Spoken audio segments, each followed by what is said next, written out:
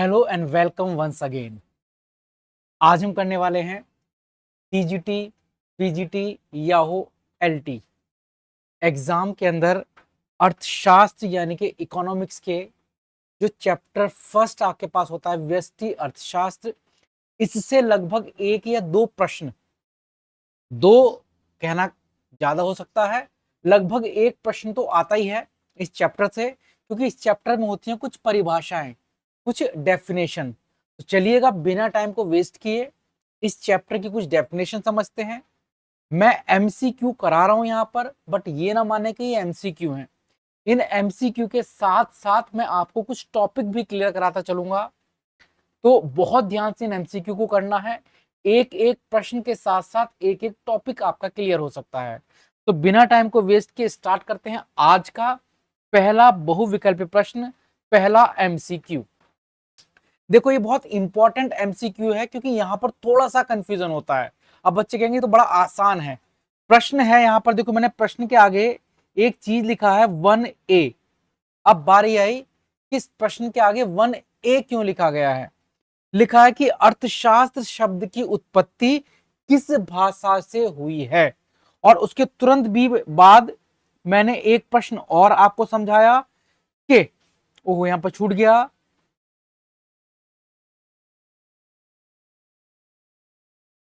Economics शब्द की उत्पत्ति किस भाषा से हुई है। तो यानी कि यहां पर बिल्कुल सेम दो प्रश्न बनते हैं, कभी कभी कंफ्यूजन होता है। इकोनॉमिक्स शब्द की उत्पत्ति किस भाषा से हुई है और अर्थशास्त्र शब्द की उत्पत्ति किस भाषा से हुई है। ये दोनों अलग अलग प्रश्न और दोनों के ही अलग अलग आंसर बनते हैं। अगर आता है अर्थशास्त्र शब्द की उत्पत्ति किस भाषा से हुई है, तो अर्थशास्त्र एक संस्कृत का शब्द है जिसमें अर्थ का मतलब होता है धन और शास्त्र का मतलब होता है एक तरह से अध्ययन या ज्ञान, यानी कि धन का ज्ञान या धन का अध्ययन। तो अर्थशास्त्र शब्द की उत्पत्ति ग्रीक से नहीं हुई, लैटिन से नहीं हुई, फारसी से नहीं हुई। बहुत बार जो स्टूडेंट्स होते हैं वो क्या करते हैं, लैटिन शब्द लगा देते हैं, क्योंकि लैटिन शब्द से बहुत सारे शब्दों की उत्पत्ति हुई है। लेकिन याद रखिएगा अर्थशास्त्र एक संस्कृत शब्द है, अर्थ का मतलब है धन और शास्त्र का मतलब है अध्ययन या ज्ञान। तो धन का ज्ञान या धन का अध्ययन को क्या बोला जाता है, अर्थशास्त्र। तो अर्थशास्त्र की उत्पत्ति संस्कृत शब्द से हुई है। आई थिंक आपको क्लियर हो चुका होगा पूरी तरह से। लेकिन अगर प्रश्न आता है कि इकोनॉमिक्स, इकोनॉमिक्स शब्द की उत्पत्ति किस भाषा से हुई, तो इकोनॉमिक्स में याद रखिएगा यहां पर भी आंसर लैटिन नहीं है, यहां पर आंसर है ग्रीक। आप कॉपी पर लिख लेना, इकोनॉमिक्स शब्द की उत्पत्ति ग्रीक भाषा से हुई है। ग्रीक भाषा में इकोनॉमिक्स दो शब्द से मिलकर बना है, एक आइकोस, आइकोस इसका मतलब होता है घर या परिवार। इकोनॉमिक्स दो शब्द से मिलकर बना, आइकोस यानी कि घर या परिवार, और दूसरा है नोमोस यानी कि प्रबंध। तो कह सकते हैं घर या परिवार का प्रबंध करना इकोनॉमिक्स होता है, घर या परिवार का प्रबंध। तो इकोनॉमिक्स ग्रीक भाषा के एक शब्द से उत्पत्ति हुई है, और इनमें दो शब्द थे, एक आइकोस और दूसरा नोमोस। एक आइकोस और नोमोस, आइकोस नोमोस मिलकर क्या बना, इकोनॉमिक्स बना। और इसका अर्थ क्या है, घर का प्रबंध या परिवार का प्रबंध। तो याद रखिएगा इकोनॉमिक शब्द की उत्पत्ति किससे हुई है भाई, ग्रीक भाषा से हुई है। किससे हुई है, ग्रीक भाषा से हुई है। चलते हैं सेकंड प्रश्न पर। अर्थशास्त्र को धन का शास्त्र किसने कहा है। अर्थशास्त्र को धन का शास्त्र किसने कहा है। इकोनॉमिक्स में अर्थशास्त्र की बेटा चार अलग अलग परिभाषाएं हैं जो बहुत इंपॉर्टेंट है। इस प्रश्न को कराने से पहले मैं उन चार परिभाषाओं को आपको कराऊंगा। मैंने बोला कि हम बहुविकल्पीय प्रश्न नहीं कर रहे हैं, हम इन प्रश्नों के साथ कुछ टॉपिक क्लियर कर रहे हैं। तो अर्थशास्त्र की चार अलग अलग परिभाषाएं बड़ी फेमस हैं। एक है हमारे पास एडम स्मिथ की परिभाषा। तो एडम स्मिथ के नाम से याद रखना, इन्होंने धन संबंधी परिभाषा दी है। तो पेपर में प्रश्न आ जाए कि अर्थशास्त्र की धन संबंधी परिभाषा किसने दी, तो उनका नाम है क्या भाई, एडम स्मिथ। क्या नाम है उनका, एडम स्मिथ। और एडम स्मिथ को याद रखिएगा, इन्हें हम अर्थशास्त्र के फादर ऑफ इकोनॉमिक्स भी कहते हैं। तो कॉपी पर नोट डाउन कर लो, फादर ऑफ इकोनॉमिक्स भी कौन है? Adam Smith. Father of economics कौन होते हैं भाई? एडम स्मिथ होते हैं। तो अर्थशास्त्र को धन का विज्ञान किसने कहा है? एडम स्मिथ ने कहा है। और इन्होंने एक पुस्तक भी लिखी है, wealth of nation. Adam Smith ने कौन सी पुस्तक लिखी है भाई? Wealth of nation. देखो वेल्थ का मतलब होता है धन। कब? 1776 में। तो एडम स्मिथ के बारे में कुछ चीजें जो रोचक हैं वो आप याद कर लो, जो इंपॉर्टेंट है वो याद कर लो। पहली इंपॉर्टेंट चीज है कि जो एडम स्मिथ हैं वो कौन है? फादर ऑफ इकोनॉमिक्स हैं। कभी कभी कंफ्यूज होते हैं, लिखा हुआ आता है who is the father of modern economics, यानी कि जो मॉडर्न इकोनॉमिक्स है उसके फादर कौन है? तो मॉडर्न इकोनॉमिक्स के भी कोई नए फादर नहीं है, वो भी कौन है? एडम स्मिथ ही हैं। तीसरा, एडम स्मिथ ने कौन सी बुक लिखी है? ये याद रखिएगा, एडम स्मिथ ने एक बुक लिखी है जिसका नाम क्या है? Wealth of nation. कब लिखी है? 1776 में। एडम स्मिथ ने कौन सी बुक लिखी? Wealth of nation. Adam Smith कौन है? Father of economics. Adam Smith कौन है? Father of modern economics. और एडम स्मिथ ने अर्थशास्त्र की कौन सी परिभाषा दी है? धन संबंधी परिभाषा। देखो कितने सारे क्वेश्चन आपके क्लियर हो जाते हैं। नेक्स्ट है एल्फ्रेड मार्शल। इन्हें सिर्फ मार्शल के नाम से जाना जाता है। मार्शल ने परिभाषा दी है कल्याण संबंधी, वेलफेयर संबंधी परिभाषा। मार्शल ने कौन सी परिभाषा दी है?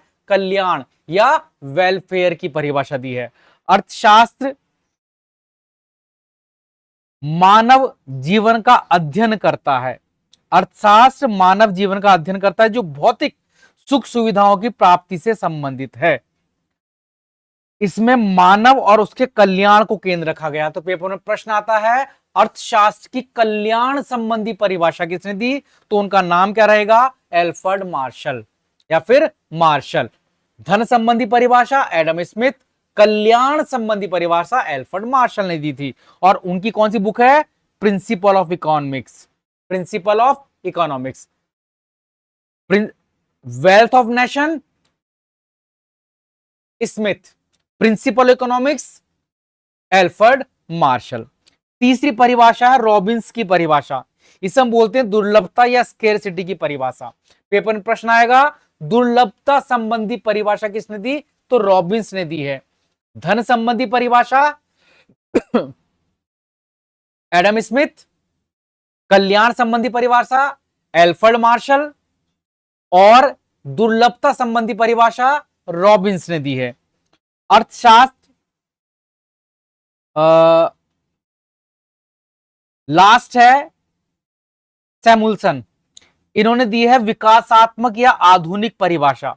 विकासात्मक परिभाषा आ जाए या आर्थिक वृद्धि की परिभाषा आ जाए तो उसका नाम क्या लिखना है बेटा आपको? आधुनिक परिभाषा, विकासात्मक परिभाषा सैमुअल्सन ने दी है।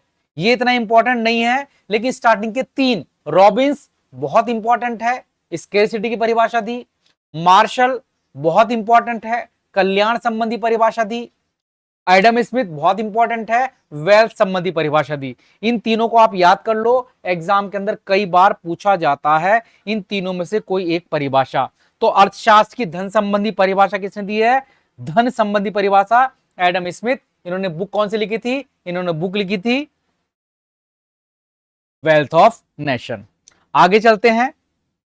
अर्थशास्त्र के मानव व्यवहार का अध्ययन, मानव व्यवहार का अध्ययन भी रॉबिन्स को माना जाता है। मानव के व्यवहार का अध्ययन, यानी कि जो मानव है उसके व्यवहार का अध्ययन करना है, वो कौन करता है भाई? रॉबिन्स के अनुसार। वैसे कुछ लोग इसे मार्शल भी बोलते हैं, इसकी चर्चा थोड़ी बाद में करेंगे अभी। अर्थशास्त्र वह विज्ञान है जो सीमित संसाधनों, सीमित संसाधन यानी कि दुर्लभता, स्कैरसिटी, और स्कैरसिटी की बात आ जाए तो सीधे लिख देना रॉबिन्स। धन की बात आ जाए एडम स्मिथ, है ना, और अगर कल्याण की बात आ जाए तो मार्शल। पीगू को भी गोली मारो। नेक्स्ट, व्यष्टि अर्थशास्त्र किसका अध्ययन करता है? तो ये हम सबको पता है, अर्थशास्त्र की दो शाखाएं होती हैं, एक को बोलते हैं माइक्रो, एक को बोलते हैं मैक्रो। माइक्रो मैक्रो, माइक्रो सूक्ष्म और मैक्रो मतलब विस्तृत। तो माइक्रो का मतलब होता है जब हम एक एक इकाइयों का अध्ययन करें। माइक्रो इकोनॉमिक्स या सूक्ष्म अर्थशास्त्र या व्यष्टि अर्थशास्त्र। माइक्रो को व्यष्टि अर्थशास्त्र भी कहते हैं, सूक्ष्म अर्थशास्त्र भी कहते हैं। तो सूक्ष्म अर्थशास्त्र अध्ययन करता है व्यक्तिगत इकाइयों का, एक एक इकाइयों का। एक एक इकाई का मतलब यहां पर क्या हुआ कि गेहूं की मांग, गेहूं एक इकाई होगी बेटा। चाहे गेहूं की मांग हम करें अपने एक व्यक्ति के लिए, चाहे गेहूं की मांग हो पूरे देश में, चाहे गेहूं की मांग हो पूरे संसार में, लेकिन शब्द किसका बेटा? गेहूं। एक इकाई की बात चल रही है, गेहूं की मांग की बात चल रही है, चावल की मांग की बात चल रही है, आइसक्रीम की मांग की बात चल रही है। जब किसी विशेष इकाई का अध्ययन चल रहा हो, किसी विशेष इकाई का अध्ययन चल रहा हो, उस हम क्या बोलते हैं भाई? व्यष्टि अर्थशास्त्र। और जब हम विशेष इकाई की बात नहीं कर रहे हैं, हम पूरे देश की मांग की बात कर रहे हैं, चाहे उसमें चावल हो, गेहूं हो, आटा हो, कुछ भी हो, पूरे देश की कितनी मांग थी। अब किसी विशेष नाम को नहीं बोलूंगा, मैं ये नहीं कहूंगा चावल की मांग कितनी थी, आटे की मांग कितनी थी, आइसक्रीम की मांग कितनी थी। मैं कहूंगा भैया हमारे देश की समग्र मांग कितनी थी, या हमारे देश की टोटल मांग कितनी थी, है ना। तो जब मुझसे बोलते हैं एग्रीगेट डिमांड कहा जाता है बेटा इंग्लिश में, है ना। What is the aggregate demand of country? Country की एग्रीगेट डिमांड क्या है? तो एग्रीगेट डिमांड यानी कि कुल मांग, और कुल मांग हो तो हम क्या बोलते हैं बेटा? व्यष्टि नहीं, समष्टि अर्थशास्त्र। इंग्लिश में क्या बोलते हैं? मैक्रो इकोनॉमिक्स, और हिंदी में क्या बोलते हैं बेटा? समष्टि अर्थशास्त्र। तो समष्टि अर्थशास्त्र पूरी अर्थव्यवस्था को एक मानकर अध्ययन करता है, यानी कि पूरी अर्थव्यवस्था को एक मान लेगा, अलग अलग इकाइयों की बात नहीं होगी। और व्यष्टि अर्थशास्त्र एक एक इकाइयों का अध्ययन करता है। तो व्यष्टि अर्थशास्त्र किसका अध्ययन करता है भाई? व्यक्तिगत इकाइयों का। अगर प्रश्न होता समष्टि यानी कि मैक्रो इकोनॉमिक्स, तो हम किसकी बात करते हैं? संपूर्ण अर्थव्यवस्था की। मैक्रो पूरी अर्थव्यवस्था का अध्ययन करता है, माइक्रो इंडिविजुअल यूनिट्स का स्टडी करता है बेटा, यानी कि व्यक्तिगत इकाइयों की स्टडी करता है। निम्न में से कौन सा सूक्ष्म माइक्रो या व्यष्टि, है ना, सूक्ष्म माइक्रो बोले व्यष्टि बोल दो, कौन सा व्यष्टि अर्थशास्त्र का विषय है? बेरोजगारी। याद रखना ये पूरे देश की देखी जाती है, यानी कि समष्टि अर्थशास्त्र है, ये मैक्रो है। समष्टि अर्थशास्त्र। राष्ट्रीय आय मैक्रो है, पूरे देश की आय। मूल्य निर्धारण और मुद्रास्फीति। मुद्रास्फीति का मतलब एक तरह से महंगाई, है ना, और महंगाई पूरे देश की देखी जाती है, मैक्रो। मूल्य का निर्धारण, एक एक वस्तु का मूल्य निर्धारण होता है बेटा। मूल्य निर्धारण इंडिविजुअल यूनिट से रिलेटेड होता है, तो मूल्य निर्धारण माइक्रो, या कह सकते हैं सूक्ष्म, या कह सकते हैं व्यष्टि अर्थशास्त्र का अध्ययन होता है। तो टॉपिक मेरे हिसाब से आपको क्लियर हो रहा होगा, एक एक पॉइंट आपको क्लियर हो रहा होगा। नेक्स्ट बढ़ते हैं, निम्न में से कौन सा समष्टि, समष्टि का मतलब क्या होता है भाई? मैक्रो, या क्या कह सकते हैं? संपूर्ण समष्टि अर्थशास्त्र का अध्ययन है। अभी बताया था व्यक्तिगत इकाई माइक्रो का अध्ययन है। उद्योग माइक्रो होते हैं बेटा, एक एक वस्तु के उद्योग की होता है बेटा। किसी वस्तु का मूल्य, मूल्य निर्धारण माइक्रो का होता है। मैक्रो का क्या है बेटा? पूरी राष्ट्रीय आय। हाँ मुझे पता था आपको इसका आंसर पता है, लेकिन फिर भी अब आपको और क्लियर हो गया होगा। चलते हैं प्रश्न नंबर 8 पर। Wealth of nation, wealth of nation अभी अभी बताया था, एडम स्मिथ ने धन संबंधी परिभाषा दी, और साथ में उन्होंने एक पुस्तक भी लिखी थी बेटा सन 1700 में। कौन सी पुस्तक लिखी थी? Wealth of nation. तो इसका आंसर सीधे क्या होना चाहिए भाई? एडम स्मिथ इसका आंसर बनता है। नेक्स्ट है फादर ऑफ इकोनॉमिक्स, है ना, अर्थशास्त्र का पिता किसे कहा जाता है? फादर ऑफ इकोनॉमिक्स कौन है? तो अभी अभी मैंने आपको बताया था एडम स्मिथ, रट लो, वो फादर ऑफ इकोनॉमिक्स हैं, उन्होंने ही धन संबंधी परिभाषा दी। नेक्स्ट चलते हैं, father of modern economics, father of modern economics. मैंने क्या इसका आंसर बताया था आपको? चाहे फादर ऑफ इकोनॉमिक्स आ जाए घबराना नहीं है, और मॉडर्न शब्द लगवा जाए तो भी नहीं घबराना। वैसे कुछ लोग कहते हैं मॉडर्न इकोनॉमिक्स के फादर कीन्स हैं, लेकिन फिर भी वो थोड़ा गलत है। मॉडर्न इकोनॉमिक्स के फादर को बेटा किसे बोला जाता है? एडम स्मिथ को ही बोला जाता है। मॉडर्न इकोनॉमिक्स के फादर भी कौन है? एडम स्मिथ हैं। प्रश्न नंबर 11, किसके द्वारा अर्थशास्त्र समृद्धि का विज्ञान, समृद्धि, समृद्धि किससे होती है भैया? धन से होती है। और धन की परिभाषा किसने दी? एडम स्मिथ ने दी। तो सीधी सी बात है, किसके द्वारा अर्थशास्त्र को समृद्धि का विज्ञान कहा गया? समृद्धि होती है धन, और धन की परिभाषा दी एडम स्मिथ ने, तो इसका आंसर भी क्या होगा? Adam Smith. नेक्स्ट हमारे पास है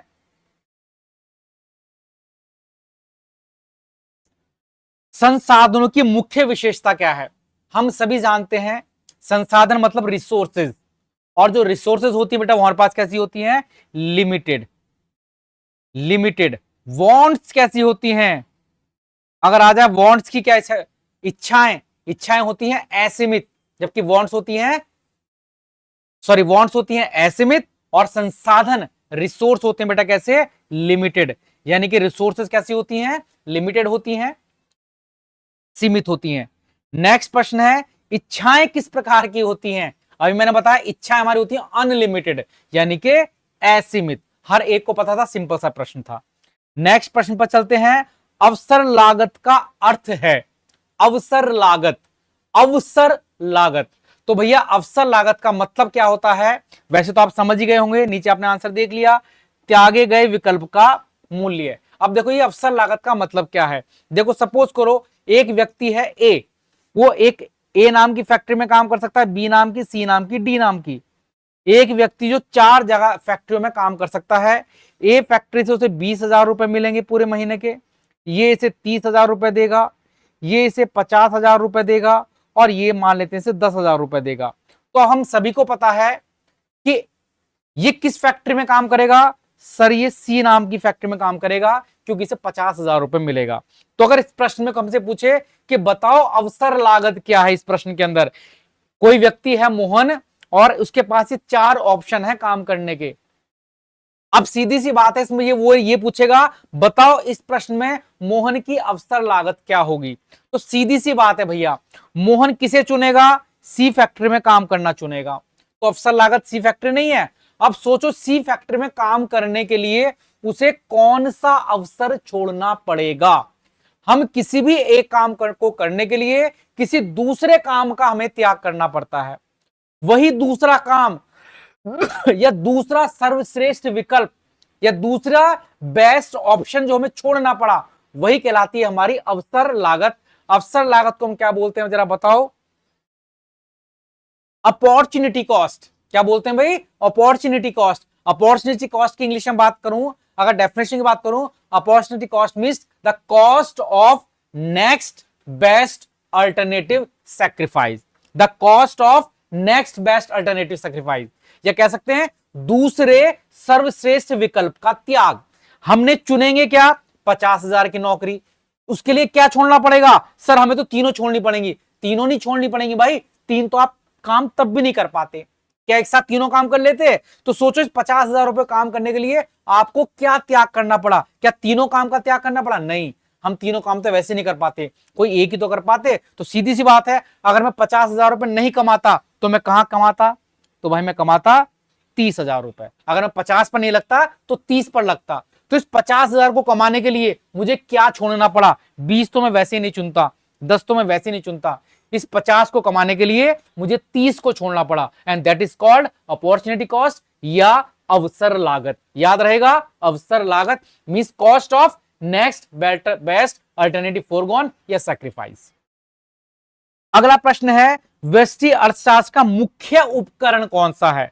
देखो आ जाए, व्यष्टि का आ सकता है, समष्टि का भी आ सकता है, माइक्रो का आ सकता है, माइक्रो मतलब व्यष्टि, और मैक्रो का भी आ सकता है, मैक्रो मतलब समष्टि।